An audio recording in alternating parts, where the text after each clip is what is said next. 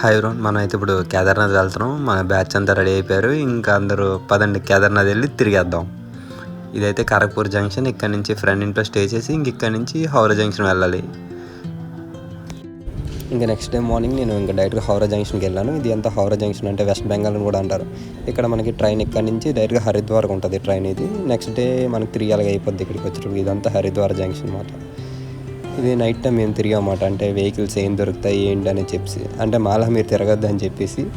ఇదైతే మీకు per day per హెడ్కి 1000 లెక్క తీసుకుంటారు. అంటే మీరు ట్రావెలింగ్ కార్ కానీ ఏదైనా తీసుకుంటే పర్ డే 1000 లెక్క తీసుకుని వాళ్ళు ఎన్ని డేస్ మినిమం 9 డేస్ అని చెప్తున్నారు వాళ్ళు. అంటే చార్ధామ్ యాత్రకి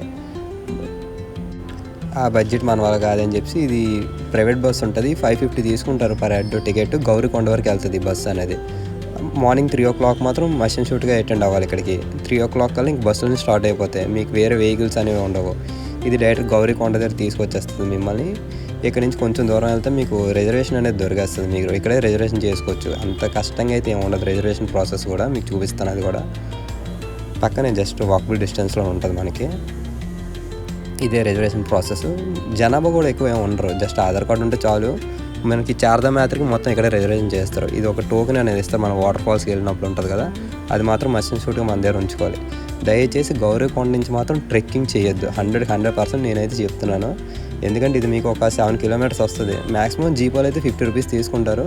సరదా ఉంది మేము నడిచేస్తామంటే మాత్రం కేదార్నాథ్ దగ్గరికి వెళ్ళే బెటర్ ఏంటంటే మనం మ్యాక్సిమంగా వెహికల్ తీసుకోవడం బెస్ట్. 50 rupees పర్ హెడ్ తీసుకుంటే నీట్గా వెళ్ళొచ్చు. మీకు కేదార్నాథ్ వరకు దింపేస్తారు. లేదు గౌరీకొండ నుంచి నడుస్తానంటే మాత్రం ఇది ఒక 7 kilometers వస్తుంది. ఇది వాకబుల్. ఇది కాకుండా వేరే దారి ఉంది. జీప్ మీద వెళ్తే మనం వేరే దారి నుంచి వెళ్ళొచ్చు. ఇది గౌరీకొండ నుంచి కూడా ట్రెక్కింగ్ స్టార్ట్. ఇదంతా ఆ కొండ దాటిన తర్వాత ఇది వే. ఇది ఇంకా మనం కేదార్నాథ్ టచ్ అవ్వాలి. జస్ట్ ఇదంతా గౌరీకొండ. మనం వాక్ చేసుకొని నడవచ్చు కేదార్నాథ్ వరకు. ఇదో మీకు అరౌండింగ్ 7 kilometers వచ్చేస్తుంది. ఇది కేదార్నాథ్ వచ్చి ఇక్కడ నుంచి మన ట్రావెలింగ్ అనేది స్టార్ట్ అవుతుంది. ఇది మొత్తం ఇంకా జంగిల్ ఏరియా, అడవిలో ఉంటుంది. మీకు వెహికల్ రావడం కానీ వెహికల్ వెళ్ళడం కానీ ఆప్షన్ అయితే ఉండదు. మొత్తం ఇంకెప్పుడు ఏ రాయి వచ్చి పడుతుంది, ఏ రాయి వచ్చి పక్క నుంచి వెళ్ళిపోతుందో కూడా చెప్పలేం. వెళ్ళేటప్పుడు కూడా 1కి 2 సార్లు ఆలోచించుకొని మనం వెళ్ళాలి. మస్ట్ షూట్గా అయితే మాత్రం మీకు ఉంటే కానీ ఆ గుర్రాల మీద తీసుకెళ్తారు. వాళ్ళు కూడా ఎక్కువ చెప్తారు. మ్యాక్సిమం 6000 or 7000 అంటే సీజన్ మీద బేస్ అయి ఉంటుంది. మేము ఇక్కడ పడుకునిపోయామంటే మ్యాక్సిమం 10-20 kilometers కూడా నడలేదు. మ్యాక్సిమం 3 kilometers నడిచినప్పటికీ చుక్కలు కనబడ్డాయి. అప్పటికే డిగ్రీస్ మ్యాక్సిమం 5-6 ఉంది. చూడండి, మార్నింగ్ 11కి స్టార్ట్ అయితే గౌరీకొండ దగ్గర నుంచి ఇప్పుడు మ్యాక్సిమం 12 అవుతుంది టైము. ఇప్పటికి సగం దూరం కూడా వెళ్ళలేదు మేము. అంటే ఎలాగ అయిపోయారో చూడండి. మేము లగేజ్ అనేది చాలా ఎక్కువ కాస్ట్ చెప్పారు కింద మాకు. ఇది 3 hours 100 rupees లెక్క పర్ బ్యాగ్కి కింద మాకు లగేజ్కి చెప్పారు. మేము అంత ఎందుకు అదే రూమ్కి ఇచ్చుకోవచ్చు కదా అని చెప్పి మేము బ్యాగులు కూడా మోసుకొస్తాం పైకి ఇంకా కొండ మీదకి. ఇంకా సగం దూరం వెళ్ళాం. ఇంకా 7 kilometers ఉందనగా ఒక చిన్న టెంట్లా తీసుకున్నాం. పర్ హెడ్ 200 లెక్క తీసుకున్నారు. టెంట్స్ ఉంటాయి మనకి పైన.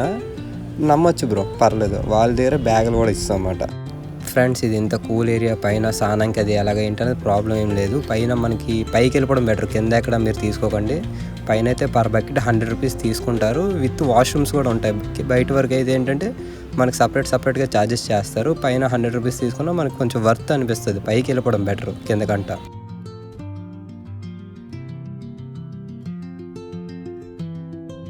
మీరు వెళ్ళే దారిలో వ్యూ ఉంటుంది బ్రో.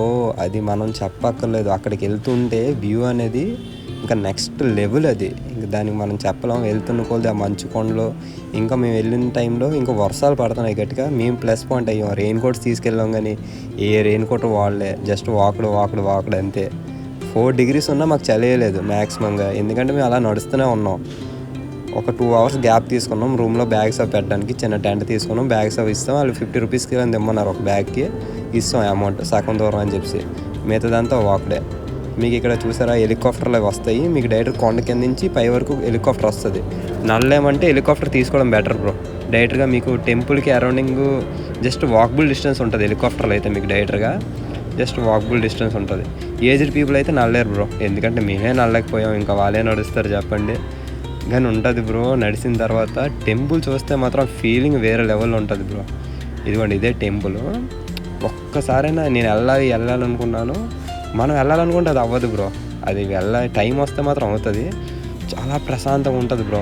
మీరు ఎంతసేపు నడిచిన నడక ఇది ఏమీ ఉండదు. మీకు మంచి ఫీల్ ఉంటుంది. ఇది టెంపుల్ బ్యాక్ సైడ్ వ్యూ మొత్తం ఇదంతా. ఇది అప్పుడు మనకు వరదలో వచ్చినప్పుడు టెంపుల్ ఏం డ్యామేజ్ అవ్వకుండా స్టోన్ పైనుంచి వచ్చింది అంటారు కదా, అదే ఆ స్టోన్. ఇంతే బ్రో వీడియో. మీకు కానీ వీడియో నచ్చితే లైక్ చేయండి, కొంచెం సపోర్ట్ చేస్తారని ఆశిస్తున్నాను. Thank you everyone.